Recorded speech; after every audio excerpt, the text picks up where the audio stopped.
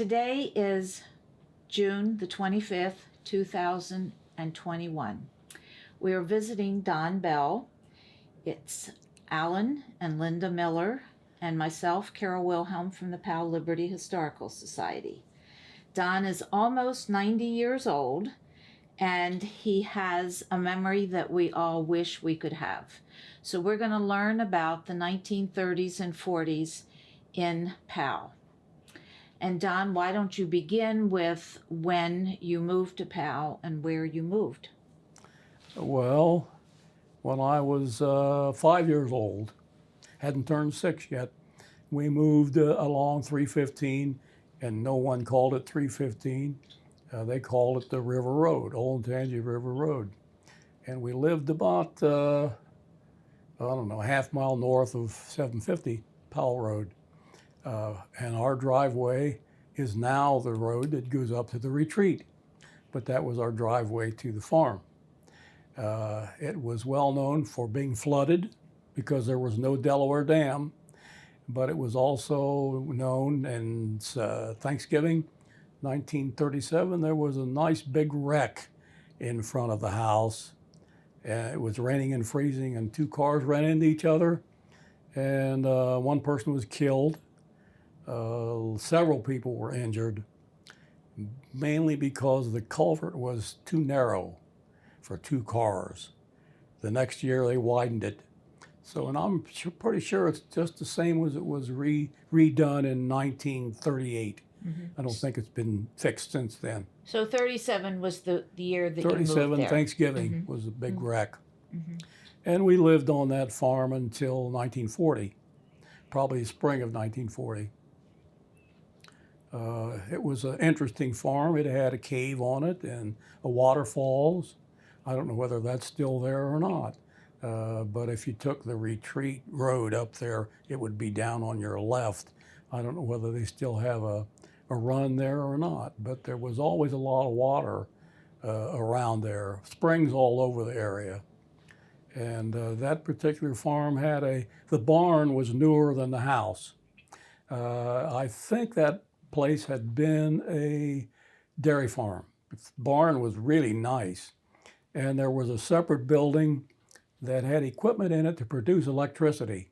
So they had their own electricity before the area was wired. So I thought it was pretty interesting. Yeah. Well, let's establish your parents were Clara and Benjamin. Correct. And you have had a younger brother, Victor. Yep. So it was the four of you that moved there. Yes. And then in 1940, you moved again, and to what location? We moved to the last house on South Liberty Road. The fence line was the county line. When you crossed that line, you were on Smoky Row Road. So you went from Liberty Road to Smoky Row Road. Mm-hmm. That farm was much older than the farm we had moved from. The barn was, everything on that farm was made probably 100 years before that from the forest around there. It was cut from that wood. It wasn't something they shipped in lumber. It wasn't a Sears house or something. Mm-hmm. It was made right there. Mm-hmm. And your father worked in the city. My dad worked for a commercial paste company. Mm-hmm. He was, at that time, in charge of production. He was a production manager. Then later he was kind of a chemical engineer or something, trying to develop new kinds of glues and pastes and things. But he loved the farm and worked all the time when he wasn't downtown working, and you loved the farm. I did. That was a great place to live. Yeah. Had a great woods and big pasture. The pasture was interesting because in the dry summers, Chesapeake and Ohio Railroad was right beside our pasture field. And they didn't have diesel engines then, they had steam engines. Mm-hmm. So there were a lot of sparks flying out of things. So in the dry weather, they would set our pasture on fire. Oh. There was no Powell fire department, and Dublin and Worthington would not cross the county line. So volunteers from around there would have wet gunny sacks and brooms and shovels, and we would back beating out the fire. But it's interesting because the railroad would pay us for damaging our pasture field, and about 2 weeks after that, the grass would be so green it was beautiful because all the dead stuff was gone. I had no idea that they did Well, that. that was a long draw up from Columbus up north of Powell on the railroads. It was uphill, so they had to have double engine all the time. When they got north of Powell, there was something up there called the Y, and they would unhook the front engine and turn it around, and that engine would go back to Columbus and hook on to the next train. The trains were very long then. They'd be hauling coal north and war equipment south, so it was very busy all the time. Yeah. They had a train, a passenger train that went through there south about 1 o'clock in the afternoon, and it actually stopped at Powell. You could get a ride to Powell on a railroad, which I did a couple times, but you couldn't go back. Yeah. Because Yeah. they had a train that went back through Powell about 3:30 in the afternoon, and it went pretty fast. You Yeah. would have to be very, very athletic to jump off. At night, they had one called the Sportsman. It went south about 10:30, 11 o'clock. You did not want to be around the crossing when it went through because it went through very, very fast. And it kind of shook up the air around it. Sportsman. The Sportsman. Yeah, I feel like I've heard of that.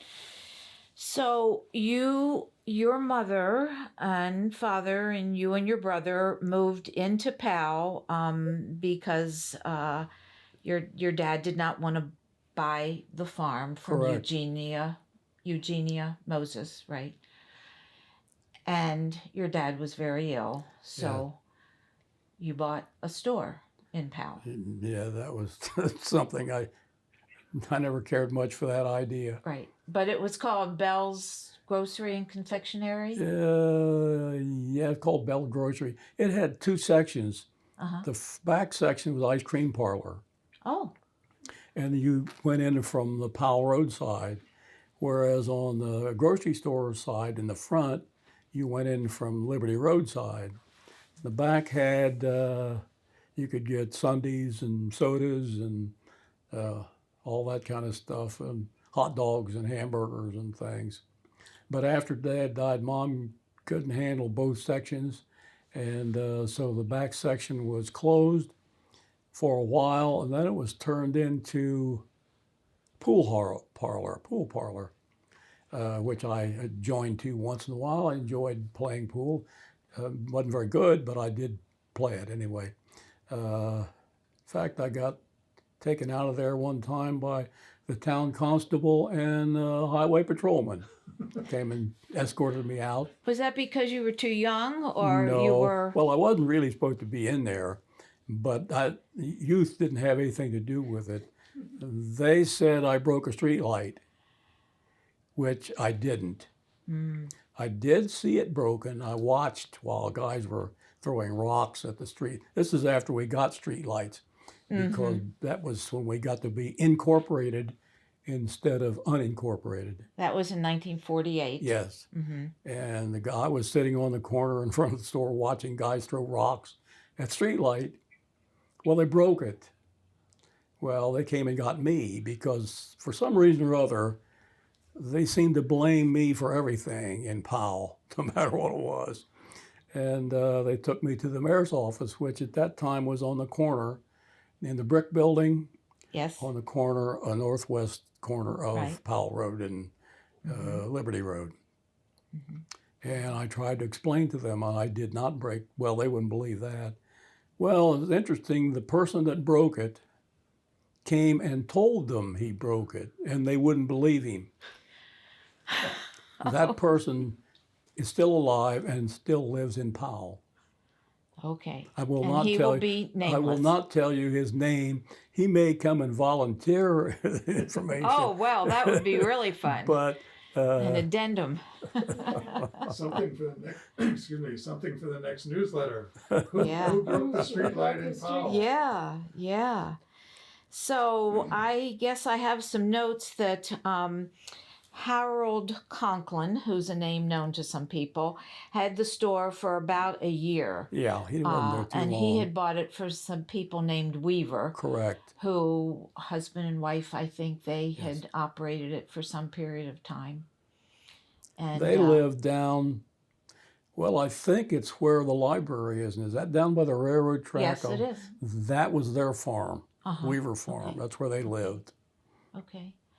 So today that building is the restaurant that's called Can't remember.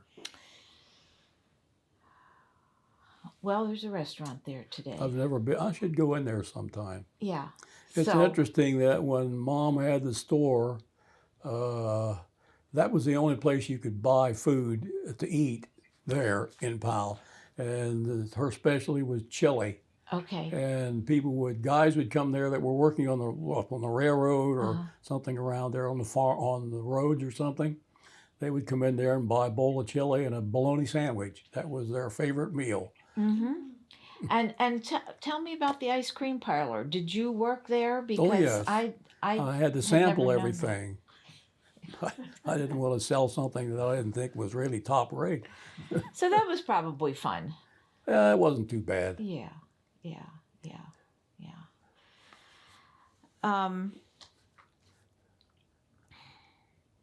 Did they sell deli meats there, Don, or other meats, vegetables, or was it canned goods and staples? We had vegetables, and we had, of course, milk and ice cream. And after couple, 3 years after Dad died, they had frozen foods, and they did sell top line steaks, aged meat. Wow. They had a lot of customers that come just for that special meats that they sold. Well, after my stepfather died, Mom couldn't handle all that stuff, so it changed. Everything's changed. It was just deli meats then, from that time on. And then the typical canned goods and staples, I Yeah. suppose. So we didn't talk about your stepfather. He was Lanny Landstrom, yeah. Yeah. And He and I did not get along too well. okay. When Mom married him, that was a surprise. I was in the Air Force, and I got this letter about. I was not too pleased with that, but You hadn't given permission. but he was a good worker, and he did a lot of things for the store, and added things, and built new doors and things. So, and built an apartment in the back where the ice cream parlor and the pool hall had been, and made a nice little apartment there, which they moved into. So he did some good things. I just didn't like him. Yeah. I think Well- that might have something to. It probably is the way guys are with stepfathers and things. Sure, and you didn't know about it, so. No. But I think he didn't live a real long time either. I after think their he marriage. died in 68, I think. Yeah. Okay. So I think we have a picture of him that we'll be able to show here in the store with your mom. Now, around the corner, there was another grocery. Was there competition between you and the red and white store, or each store had kind of their own clientele? Well, of course, there's competition, but it wasn't physical competition. Well, It was, we didn't sell the same thing. The red and white Fred Reed's store had been there a lot longer than the other store. And the store, when Mom and Dad bought it, was really old, out of date. The inside was like 1890 or something. And it was slowly changed and upgraded. and added new things and so forth. So it came up to pretty close to as good as the red and white, but they sold a lot of things that the red and white did not carry. So there was no competition really. Do you want to share what you told me about all of the people that your mother was so generous to who could not afford to pay and ran up a tab? And when she closed the store in 1985, I believe, Well, how you learned how much money she did not receive. when Powell was never not like it is now. There were a lot of people that just barely existed, lived around Powell. And when a guy was lucky enough to have a job downtown and he got laid off, he didn't have any money. But mom, he would come into the store and had a pound of bologna and a loaf of bread or something for the kids. And if he didn't have any money, mom would write it down and say, well, you can pay it back when you get a job. Well, this was by a lot of people over a lot of years. And when mom sold the store, there was $17,000 on the books. And it was turned over, I don't know whether it was turned over to an attorney or a collection agency, but whoever took it took the money because we never saw any of it. Yeah. So how long did your mom live after she sold the store? I would say 10 years. So she had a good life, maybe, Well, after working so hard and losing she two worked a husbands? lot harder in the store than if she'd have stayed on the farm. I can guarantee you that. Mm-hmm. Because she was up early in the morning and late at night. Yeah. Took Christmas off and Thanksgiving, and that's about it. Yeah. But she lived with my brother, and we kind of alternated. She'd be down here a few months and up there a few months, and so we kind of shared her.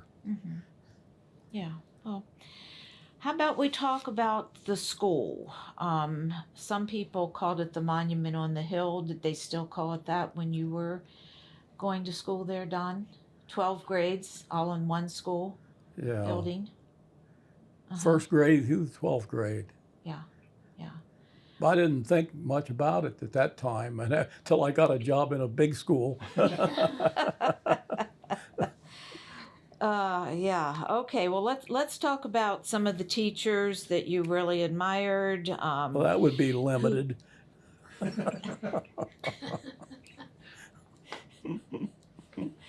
Okay.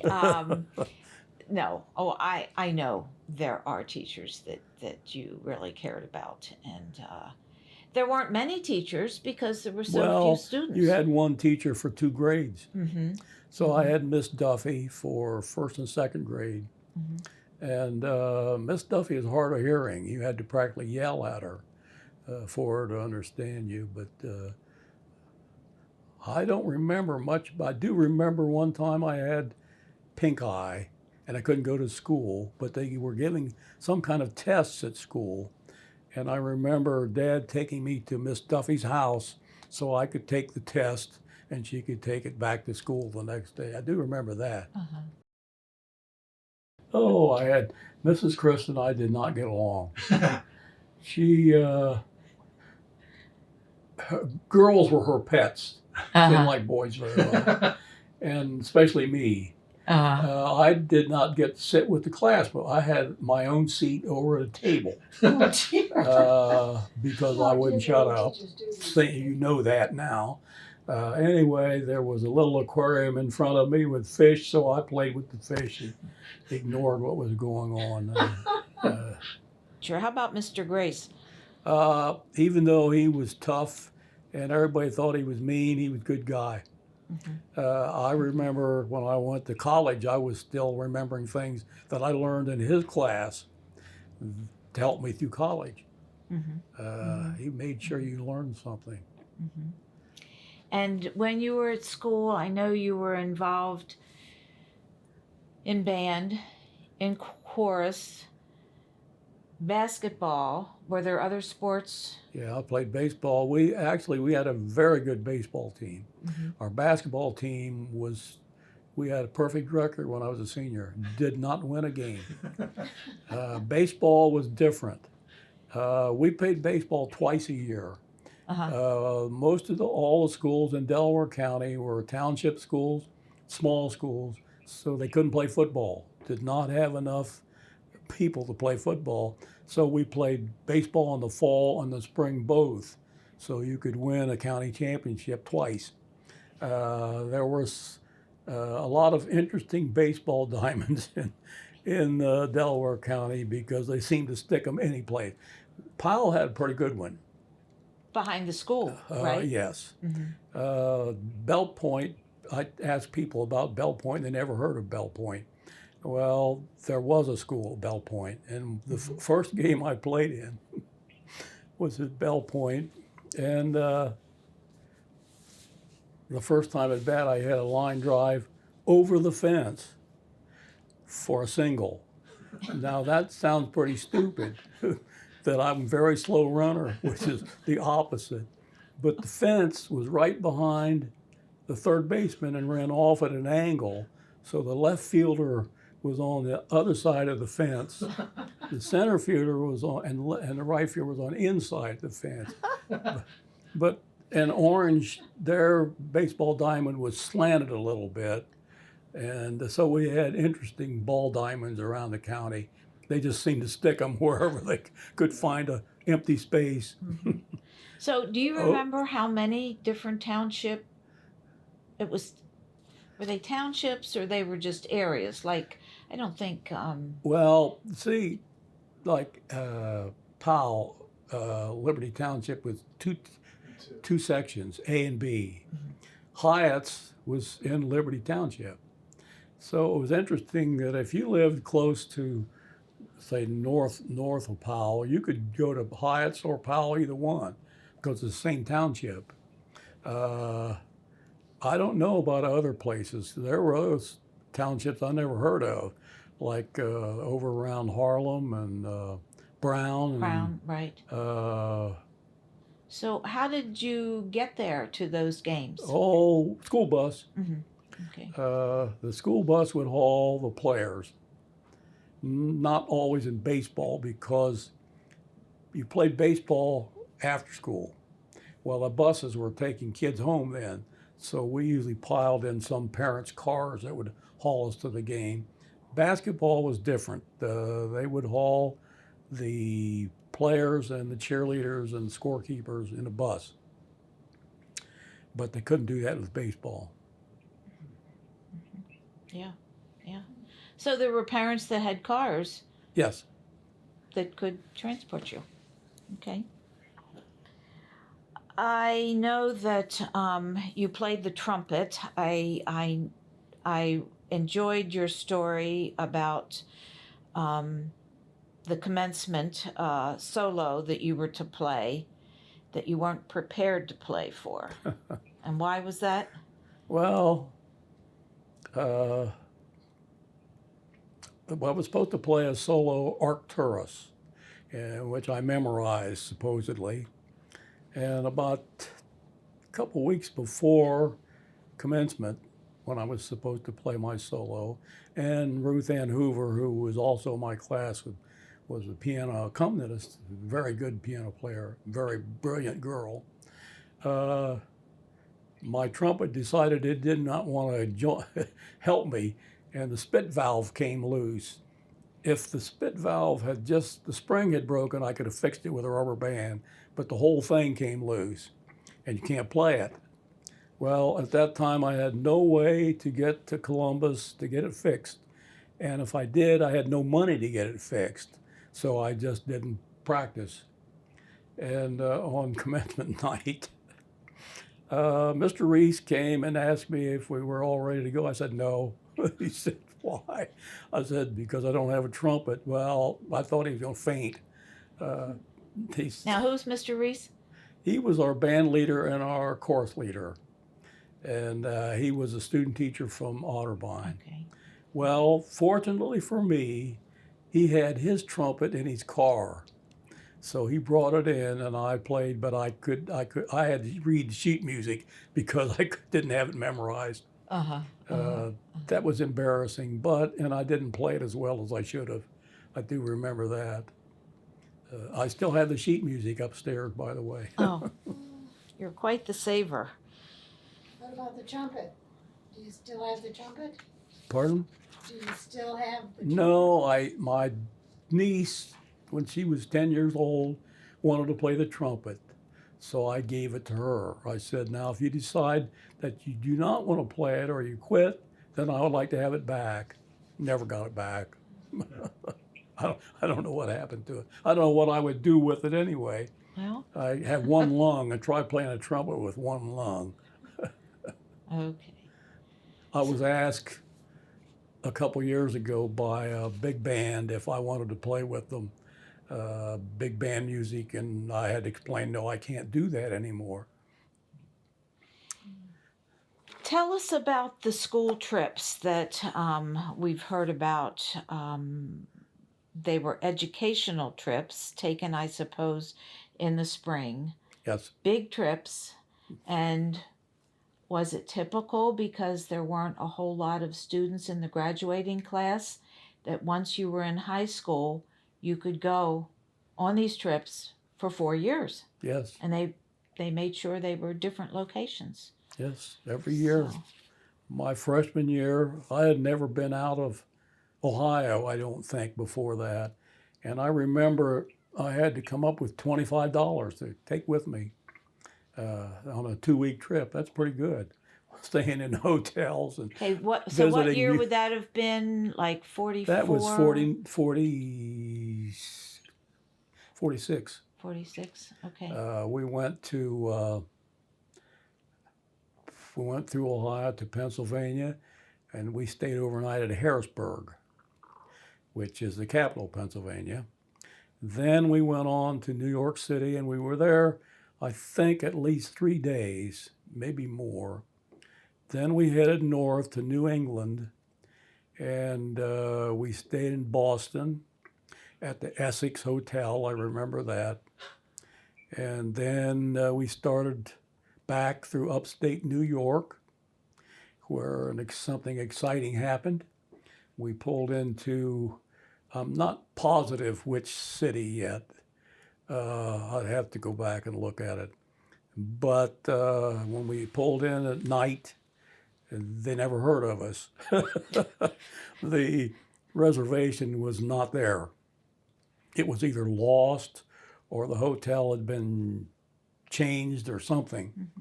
So we went to the next place, Amsterdam, New York. And of course, they didn't have a hotel for us either. But it was the middle of the night. And the National Guard and the local police took care of us. So we stayed overnight at the National Guard Armory, and the police brought us hot chocolate and donuts and things. And made it when we made the front page of the paper. In Amsterdam. You should have a copy of that. Yeah, we do. Yeah. Mm-hmm. It Yes. was kind of fun. Yeah, And sure. then we headed back to Powell. And that was via a school bus, Yes. but then it changed. It changed after my second year. There were a lot of schools that could not, obviously most schools could not do this because they were too big. Mm-hmm.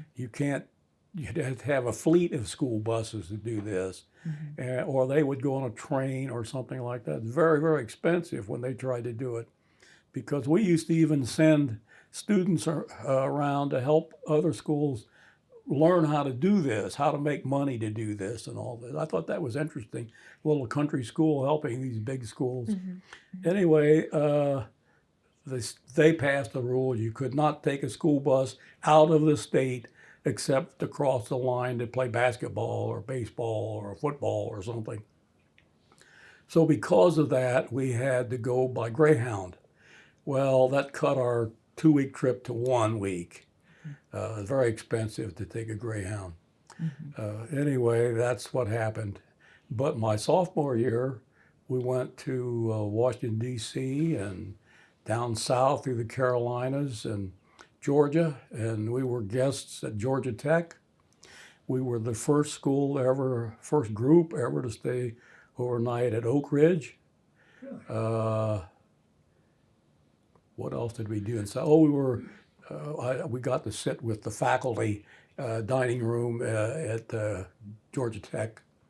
I remember Mrs. Tossey sitting on one side, and I can't remember her name, from Georgia Tech on the other side. I didn't think I was going to get to eat because they just kept talking back and forth all the time. Anyway, then the next year we went to Niagara Falls, and no, that was my senior year. My junior year I went to Detroit and Chicago. That was kind of fun. We got to see some things in Chicago that I would not have get to see. And the same with up in Detroit. I like their museums up there, automobile and trains and all kind of interesting things. The building that Edison used to do all his work in was up there. Ford moved things up there. Yeah, So, Greenfield Village, yes, I that's think. a very interesting place. I would suggest somebody wants to take a day or two off and have fun to go up there. It's well worth the trip. Yeah, absolutely. Mary and I went back there many years later just because it was Yeah. interesting place to be. Definitely. Let me back you up to your Georgia Okay. Tech visit. Was that arranged because one of the cases was a faculty member? Yes, yes. That's Yes. interesting. That's why we got to eat in the faculty room. Aha. A case person from Powell. What was his Yes. first name? I'd have to look. I don't remember. Maybe you know. I'm not sure. I don't know. I would have to go look up some stuff. I know he was the person responsible for getting the hand on the church bronze. Oh, I didn't know that. Yeah. All I knew about church was singing and listening to the preacher, who I enjoyed because he was from Scotland. I loved to hear him talk. Oh. So that was the Methodist Church in Powell? Yes. Uh-huh. Okay. He was interesting. Ian Bissett was his name. Never forget it because I loved hearing him talk. Yes. Anyway, we had something at church one afternoon, and no one could run faster than me in Powell. So they had this thing, a 60-yard dash or something. And I thought, well, I'll win that. He passed me. I couldn't believe it. I asked him, I said, how'd you do that? He said, I was on the track team in Edinburgh University. I said, well, that doesn't seem quite fair.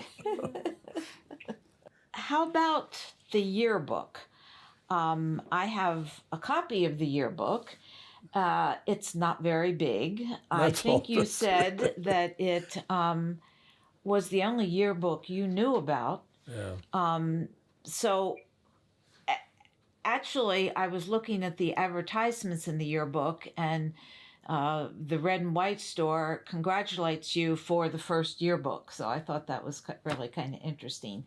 And I always find it... I think it was the last yearbook, too. I don't know. I always find it interesting to look at ads because it tells you something about the time.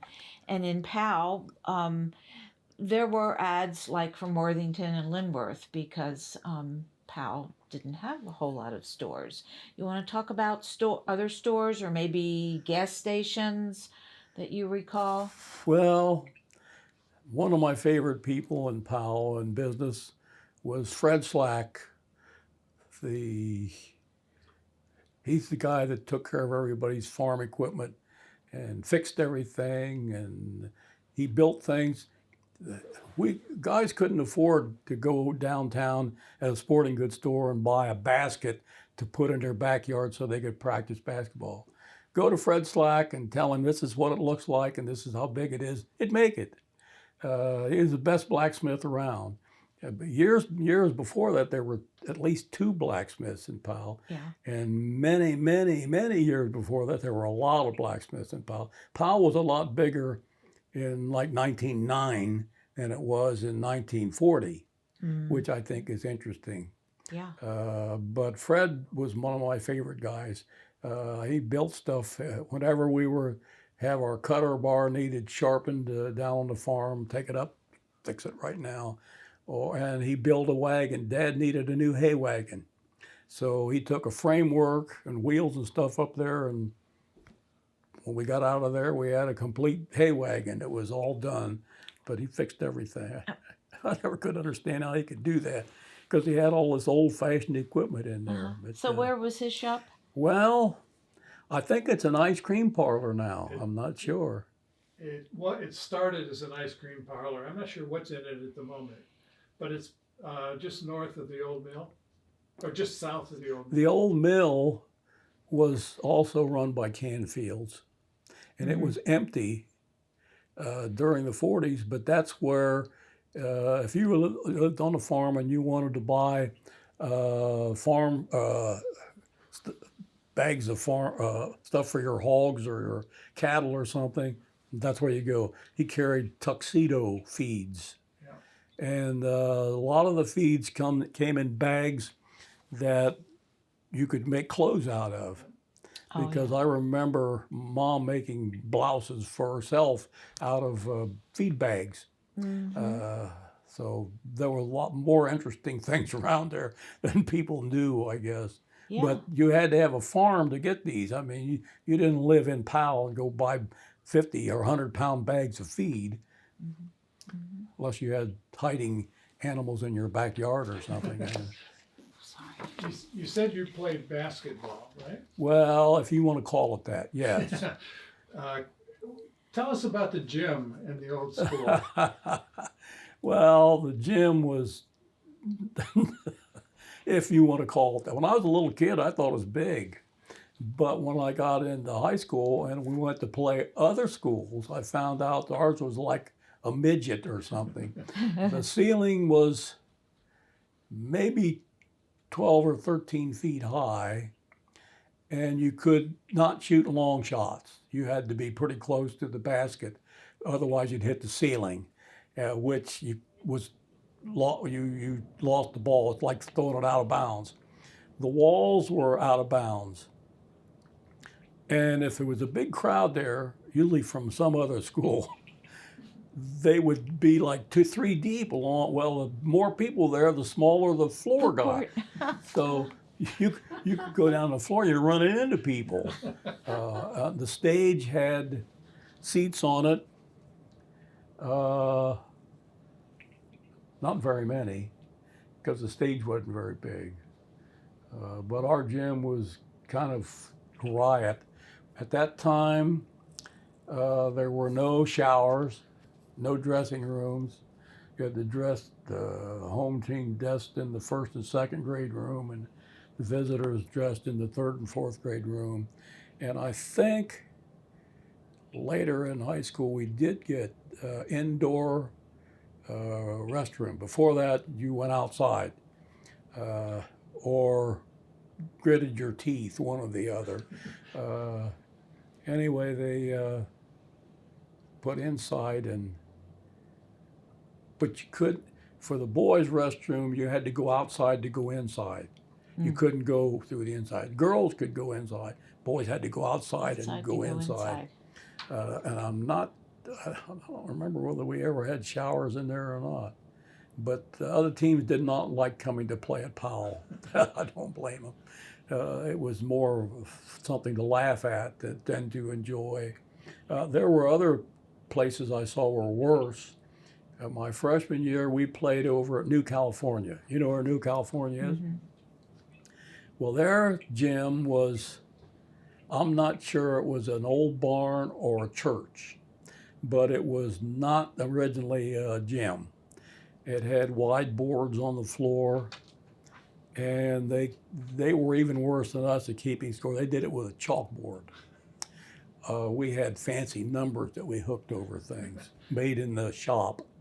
But the New California, the out of bounds line went down, and then there was a furnace, so it went around the furnace.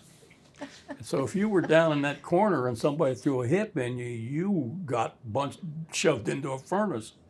But I always thought that was amusing. Someone should make a joke about someone being hot on that floor.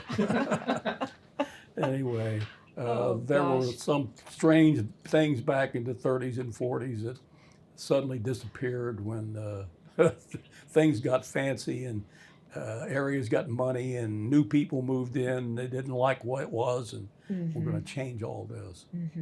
Yeah, that's for sure. We did have a really bad well, our basketball team when I was a senior, I thought we were going to have a good team, except the only guy we had that was like 6'2" or 6'3", and he was turning into a good ball player. He and coach O.H. Gibson got in a fight at practice one night, and Gibson physically threw him out. Well, our basketball team, our center was 5'10". So when you're playing these other schools, have all these tall guys, it's like ants running around and. Wasn't what you had dreamed, expected. Pardon? It wasn't what you had dreamed. No, for it's that not year. what I thought it was going to be. Yeah, And yeah. my senior year, I was sure that we were going to have a good enough baseball team to win the county, because we were always playing for a county championship, and something would happen that we didn't make it. Well, the first inning of the first game, I slid into second and broke my leg, and that ended my baseball career. But I don't think they did very well, as I kind of ignored things. Now, Ashley, the next year, won the state championship. And we had played them the year before for the county championship, and they just barely beat us. We actually had a chance to beat them. It was interesting down in Houston when I saw University, I don't know whether it's University of Houston or Rice Institute, was playing Ohio State in a practice game in the spring. I got time off from the radar shop and went down and watched the play. And here was a guy named Masters pitching for Ohio State, who I played against in high school when he went to Ashley. Hey, we remembered each other, so we had a nice chat. Yeah, yeah. How about some of the jobs that you had? You needed to earn money. You wanted to. Beyond Well, the, I the remember store. working for George Lane. He lived in Franklin County. He had an old type hay baler, used wires, and more modern ones, they call them string balers. Anyway, I worked on his, and I tied wires and breathed dust for a penny a bale. So if you worked, say you worked all day and got really good and did 1,000 bales, you made $10. And I never made that much. I worked for over on Penfield Farms. I don't know what that is now, but there was a company in Columbus back in those days called Cousin Farms. And Penfield was the daughter of one of the, I think, cousins or one of them. And she had a farm just over the bridge going east over the old Tangy. Up on the left was the farm, and I worked there once in a while. They had a horse barn out there, but there were no horses in it. There was a stuffed horse in the first, standing there. It's there all the time. That was the only horse. What else did I do out there? I worked for Dr. Cox I'd help him once in a while. Of course, when we lived on the farm, I worked there on the farm. But when we moved to Powell, I was still helping farmers around, doing farm work. And you learned that from growing up on the farms. Yes, you learn stuff by doing. Yeah. They didn't have any kind of school then. The Powell Speedway. Oh, that was interesting. Right after the war, they started building Powell Speedway. Powell Speedway had been the Delaware County Farm at one time. I mean, Delaware County Fair at one time. Yeah. But it was still there, and parts of the track were still there, and the grandstand was still there, and some of the horse barns were still there. But it was just like wasting away. And it was purchased by, what the heck was his name? Murphy. Yeah. Little guy, about that big around. And they worked all summer building this thing. And then in the spring they had, when we were on our trip to down South Georgia, I saw a poster in Georgia, a Powell Speedway race. I thought, holy smoke. Yeah. They even know this down there. Anyway, they had the opening race. All of us guys went out there and got jobs. That's the first job I had where I made $1 an hour. This is really good. And I had me doing everything, directing traffic, parking cars, helping people, doing all kinds of stuff. And it was at that time supposedly the fastest half-mile dirt track in the country. And they had what they called dirt track racers. A lot of these drivers came directly from Indianapolis Speedway. So the opening race was right after that.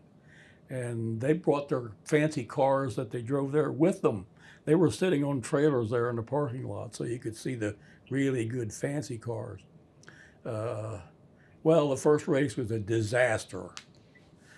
The place was packed. I mean, it was full of people. But the track was so dusty that after going around once, you couldn't see anything. Couldn't see the cars. Couldn't see anything but dust.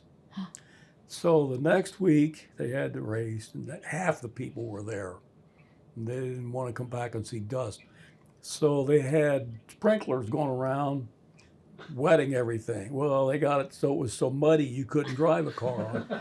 And they had people from the audience get in their cars and drive their cars around to dry everybody had mud all over their cars. That's the way they got their cars.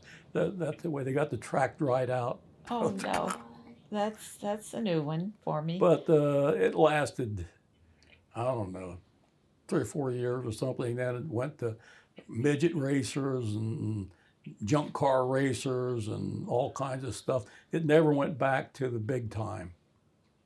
But they did have a rodeo there, and they had stuff like that.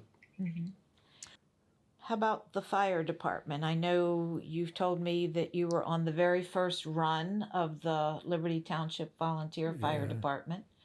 That had to be exciting. You would have been 17 or 18 or something. Well, I was about 17, I think. The road, there was a car on fire down on 315. yeah, Well, you know where Jane Case's house was? Yes. Okay. So on the opposite side of the road, down about another maybe quarter, half mile, that's where the fire was. South, you're saying south of Jane Case's? Yes, on the opposite side of the street. I worked for Jane once when I came back from the Air Force. That spring, when college was out, I couldn't get a job that, well, in the first place, I had chicken pox, so I was 2 weeks behind everybody trying to find jobs. And she worked me to death. I wasn't used to farm work. I'd been away from it for 4 or 5 years. But she was a hard worker. Tell us about the first run. The siren went off. I was in the store, I remember that. And I ran down to the fire department, got on a truck in the back. I think Fred Reeves was driving the truck. I don't know who else was on it. And we headed east on Powell Road, and we got down in front of the Powell Historical Society building, and that's where Perry's lived then. And Norm come running out of the building, and he's running along behind the truck trying to get on, and I reached out and grabbed his arm and jerked him up onto the truck. Otherwise, he would still be running, I think. He couldn't get on there. They weren't going to stop for him. I know that. We were going on a fire run. Did you all have training? Oh, yes. Kent State University trained us. I still have a part of a training thing upstairs, a card that I carried with me. But I turned in my badges when I left Powell. I had no reason to keep them. We all had badges to carry. And so I don't have mine anymore, but I still do have my little card from Kent State University. But we had a lot of training to go through. We took most of our training down at the school, in the back of the school. Is that right? We could put ladders up there and all that kind of stuff. Yeah. We've got some wonderful pictures of everybody in front of the school, all the volunteers, and you're certainly in one of Yeah. those photos. So I think that there is- may be two of us still alive. I'm not sure. Well, I bet there are more than just two of you alive, but I we don't can think so. try and figure that out. Remember, most of these guys were a lot older than let's see, there was Mac Reeves and me and Well, Andy Andy Anderson. did not take training. He wasn't in that first group. Oh, I see. Okay. Andy had a lot of trouble with when I started a football team. There was nobody around Powell that ever started teams but me at that time. I started baseball teams, softball teams, and football teams. And we had practice one night, and we had dug holes to put goalposts in, and we're out running to get loosened up, and Andy stepped in a hole, and he still limps today. But in those days, they didn't fix your knee. It's not like today they fix anything. And he still limps today. But he couldn't play football, and there was things he couldn't do because of that knee. Well, it wasn't bad enough that later he did become a fireman, so it didn't keep him from doing that. But he wasn't in the first group. How did you always end up in the front row of these pictures? In the front row, Yeah. I'll tell you why. This is an extended story. One time I was on the beach at Galveston when I was in the Air Force. We all had bathing suits on, and we're coming back to the base, and I was in the back seat with 2 or 3 wives. One of them was a very attractive young lady, and she said to me, she said, "You're built as good as anybody I've ever seen. It's too bad you're so short." And that's why I'm in the front row. And I'll never forget her. Her name was Elise. I never talked to her again. She could have stopped halfway through that sentence and it would have been fine.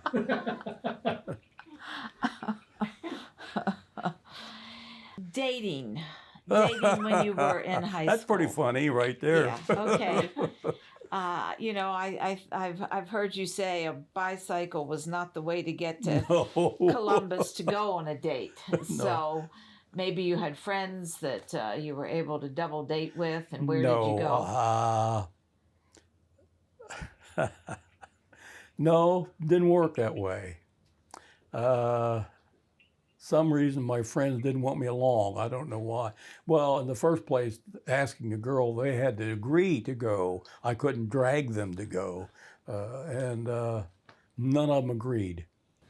Where did you meet your wife? Pardon? Where did you meet Mary? On a blind date. It's the only way a girl would go out with me. I'm surprised she wasn't really blind. Anyway, fraternity brother was going with a nurse at Ohio University, and he said, she's got a roommate. They rented an apartment down on somewhere close to the university. And he said, "You want to go out?" I said, "Yeah." I never turned any opportunity down. Anyway, we did not appreciate each other. I said, "Well, I'll never see her again." She said the same thing. Well, about 2 weeks later, my friend says, "The girls want us to come down for a steak dinner." I said, "Oh, I'll do that." And then he told me the next day, he says, "Oh, but you have to bring the steaks." Well, You had a place to get them, right? yes, I went over to the store, got good steaks, and went down there, and the girls weren't very good cooks. So at Christmas time, we were friendly by then, and I went back down there and I gave them a cookbook for Christmas present. And it's still out there in the pantry, and my note's still in the front. So Mary used that a lot, but she became a very good cook. But that was our meetings. And you and Mary had a 58-year marriage. Yes.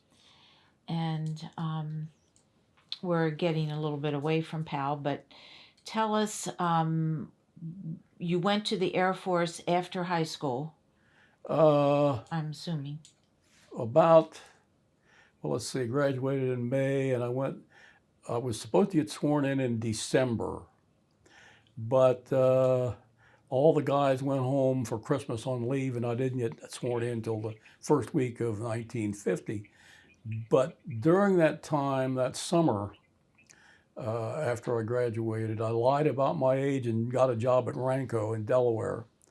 Uh, Probably the worst job they had.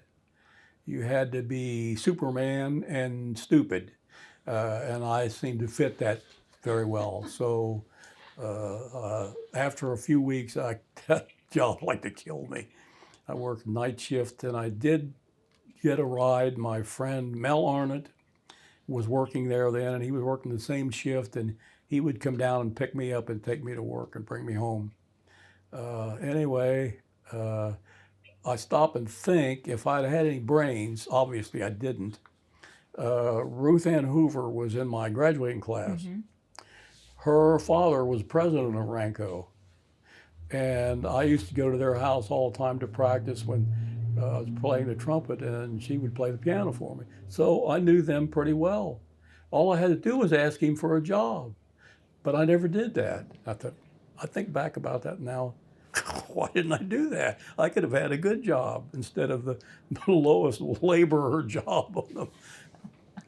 That's interesting that I would do dumb things like that. Story of my life. Well, I don't think that's exactly the story of your life. I never you did had that. great success. I thought about that, and I thought, all the things that happened to you, bad or good, I look back now, if this had happened, and this had happened, this had happened, these bad things that happened to me, it all turned out well because I ended up with a college education, ended up with a wonderful wife, all these things that were good, and all the bad things that led me to the good things. So I don't care. Bad, so bad's bad. Yeah, it was a part of life, and you learned. You were in the Air Force for how long? 4 years. And after you came out, you did use the GI Bill to go to Otterbein. Yes, I got out on the 5th of January and was in college on the 20th of January. I didn't waste any time. I had always wanted to go to college all the way through high school, and I had no opportunity. And I wasn't going to give up on this opportunity. So that was good. I was I was in 2 plays. I majored in speech theater. I was in, I got to play Teddy Roosevelt in Arsenic and Old Lace. I should have brought the picture of that down when I was on stage there. And I was in Ladies Not for Burning, and I did a lot of work with lighting and stuff like that. So. And that led you to what turned out to be a volunteer position for maybe 17 years in the Reynoldsburg school system. No, I was in a Whitehall school district. Oh. Don't connect me with some other school. I was very proud of the work I did and very proud of the school system. Okay. I got the job I had when I first went to Whitehall was in March of 1958. Well, you don't graduate in the middle of the year and go out and get a teaching job. And they had fired a teacher teaching 7th grade. So I got the job because I threatened what the kids needed. And the kids who are still alive today, they all thank me because we did year's work in 3 months because they were so far behind everybody. And I still hear from some of them. I still see them once in a while. Then the next year I went to teach English. And the fact that I had worked with electronics and television and theater and all that stuff, they put me in charge of the audiovisual department at the high school. Well, that department got so big that after 8 years I had to choose between whether I wanted to teach English full-time or do audiovisual full time, which would be the whole district. I was tired of grading papers, so I chose audiovisual. And you had this club after school. No, it that- wasn't a club, it was a class. It was a class. Yes, but I developed a curriculum for them and everything. It was accepted by other colleges as an arts class. And I had several students go to Ohio University. Ohio University is a very good school when it comes to radio and television and things like that. And my name got known down there. I never met any of the professors down there, but they knew me because of my students. I've accomplished some things in my life. Some of the things I'm pretty proud of.